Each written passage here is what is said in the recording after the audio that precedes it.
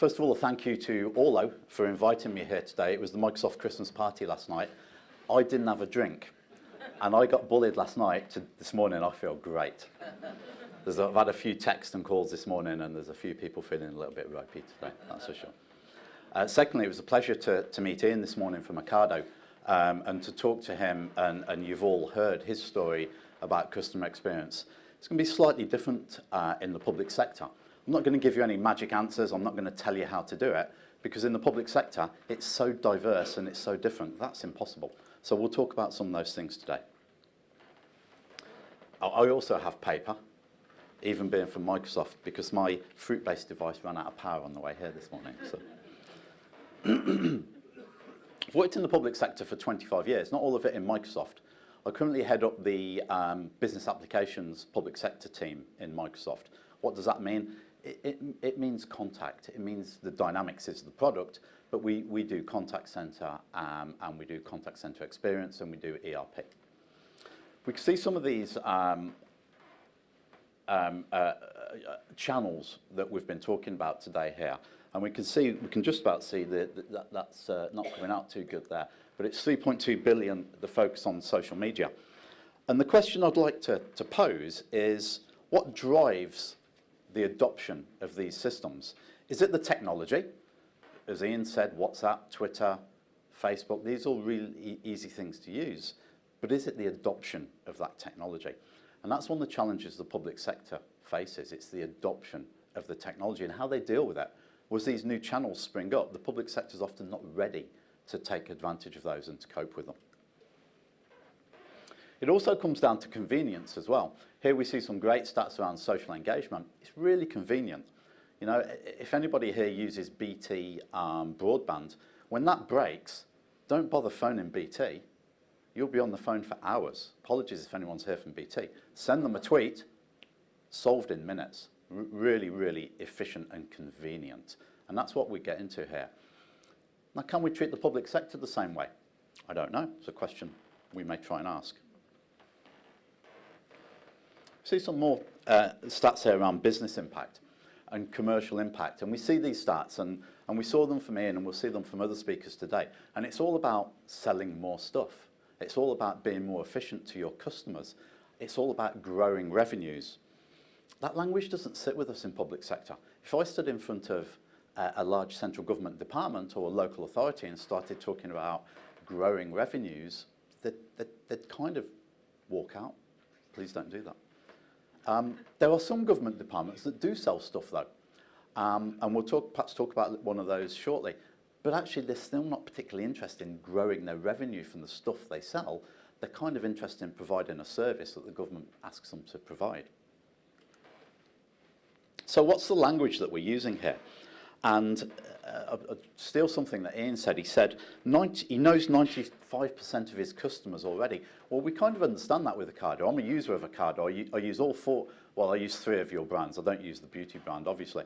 But you know your customers. Government often doesn't know who their customer is, because I'm not going to phone up HMRC every week in the same way I might interact with Ocado or Virgin Trains. I might not interact with HMRC only once in my lifetime.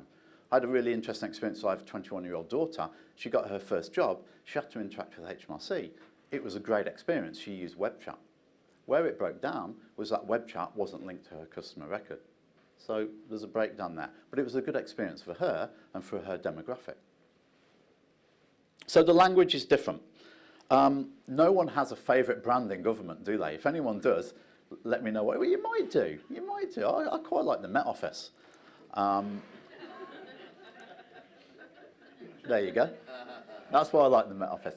So plenty of sunshine ahead. Let's start talking about public sector. So what about public sector? This is the language that many commercial organisations will use. They're talking about customers. They're talking about empowerment. They're talking about results driven, and it's it's the kind of thing that we all talk about. However, it's different for us in the public sector. The first problem we have is who's our customer? And we debate this all the time. I go to government organisations, I go to local authorities, healthcare organisations, higher education organisations. Their connection is always different. A citizen, well, yeah, maybe it is a citizen. Actually, Maybe it's a stakeholder. We get that quite a lot, particularly with EU exit on the horizon. Who are my stakeholders? We were talking to a train company, and their stakeholders were people who are in their businesses compulsory purchased. Very sensitive situation, but a different way to treat those people. They were using social engagement to try and get the temperature of how these people felt. Well, they're not going to say it's great, are they? Unless they're getting lots of money, maybe. But then we're also talking about some strange things. We could be talking about a duty holder. That was a new one that came to us recently. A duty holder is somebody at health and safety executive, and they have to interact with that person. They have a very different view of their interaction. Students, businesses, alumni, patients, tenants, all they were working with Bromford Housing, their interaction is with a tenant.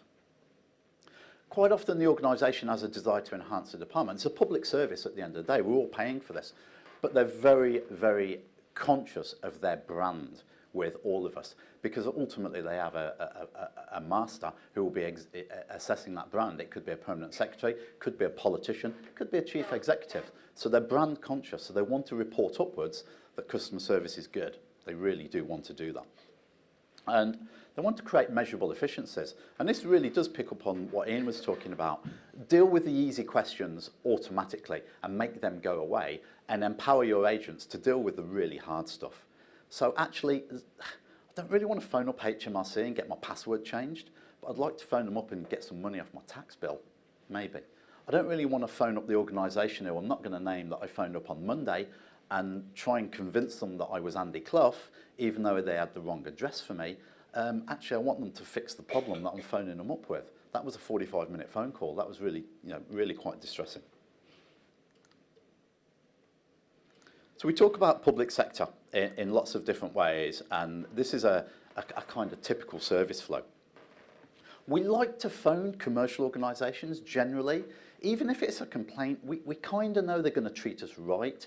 We kind of know they're going to give us our money back, or give us some more apples, or they're going to give us a refund or a 20% off voucher, and that's great.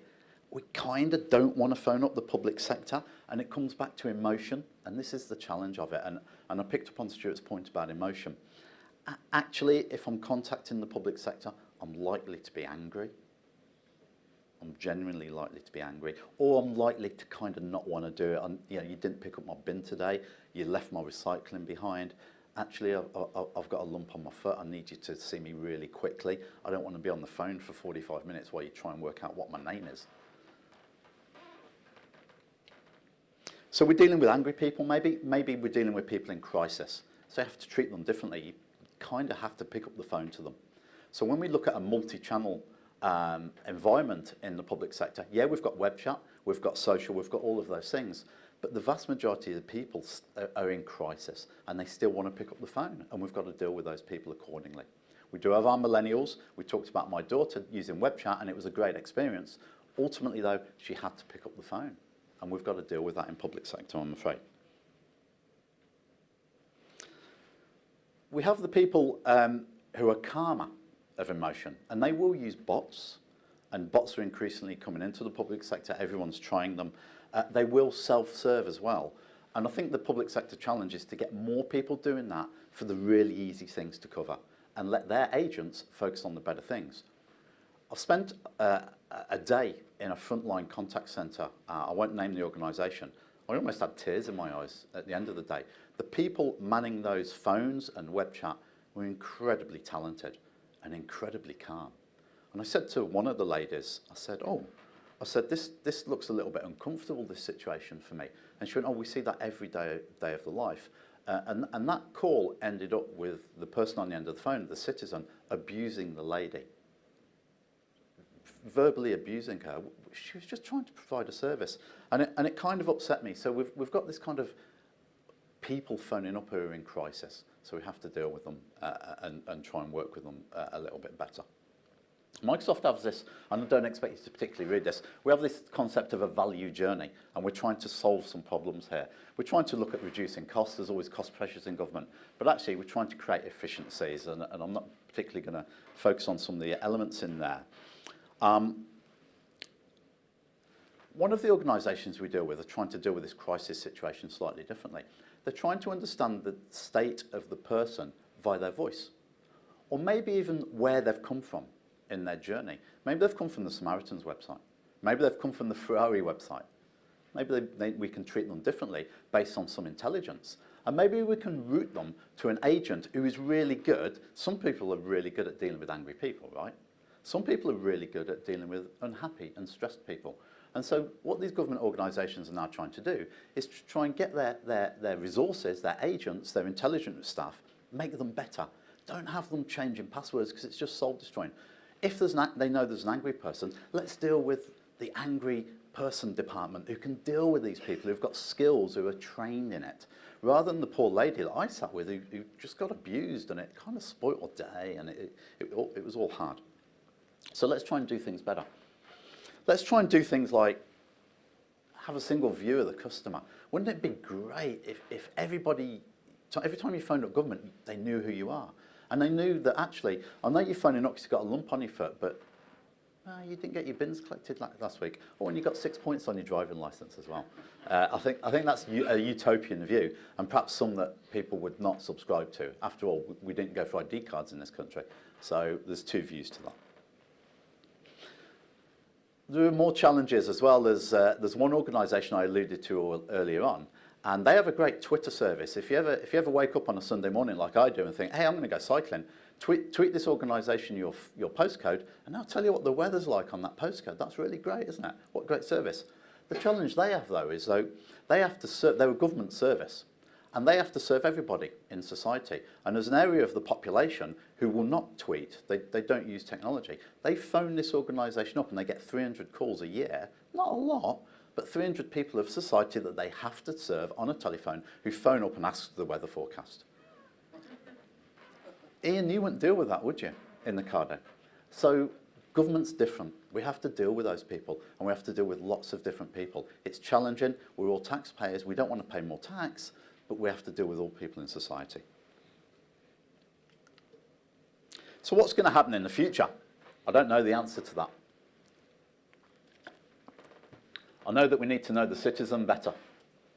Actually, what about artificial intelligence? And we're debating artificial intelligence. What is artificial intelligence? Actually, it's a debate that's still to be had. There's a big debate in Microsoft about artificial intelligence in a diverse and balanced way, i.e. we don't want biased algorithms that are good for middle-aged, bold white men like me and disadvantages other people in the population. It needs to be a very balanced and diverse algorithm that makes whatever artificial decisions come out of these systems. I don't really think we're ready for this yet. I think AI is still to come. But what about RPA to improve cost and good service in government? RPA is robotic process automation. And this is what I think will come next and before AI. A lot of people say RPA is AI. I'm not sure it is. It's making efficiency gains within your government organisation using a robotic process. And that could be as simple as form filling with a robot. Now, a robot's not a metal thing with a warning type arm, if any of you remember that, if any of you are old enough. It's a computer process that makes things efficient, more cost effective, a lot cheaper. I was on another contact centre where I was dealing with people dealing with angry citizens, and they had 3 screens on their desk. And they said, it's great, we only have 3 screens. We used to have 7. God, thought of having 3 screens on my desk could drive me mad. But they were keying the same information into those 3 screens to 3 different systems to capture information. Well, that's soul destroying for the agents, but it's wholly inefficient. Things like RPA, I think, will solve those problems. And that will lead to efficiency, cost savings, and a better experience for the citizen, but also the agents as well. Mobile, social and mixed reality, I think, will come in. Government is already going more mobile. It will become more mobile. Social is we've talked about, we're taking off. We see Orlo working with lots of government departments making social a reality, but also mixed reality.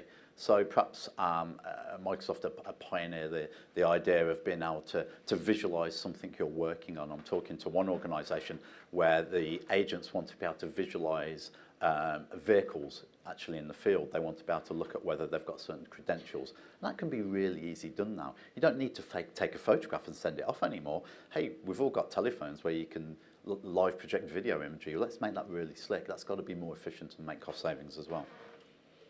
And finally, respond quickly. I thought I'd try and respond on a provocative, finish on a provocative note.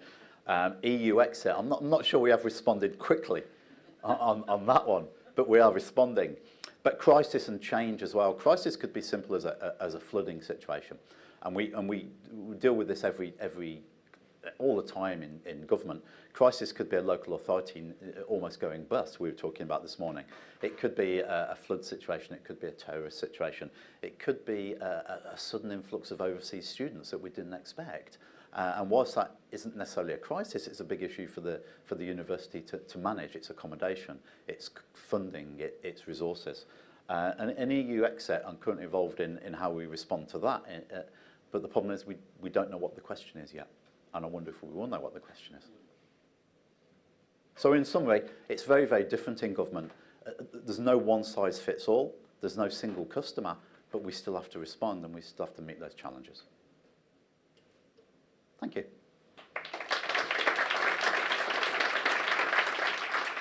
Chris Berry from Capita.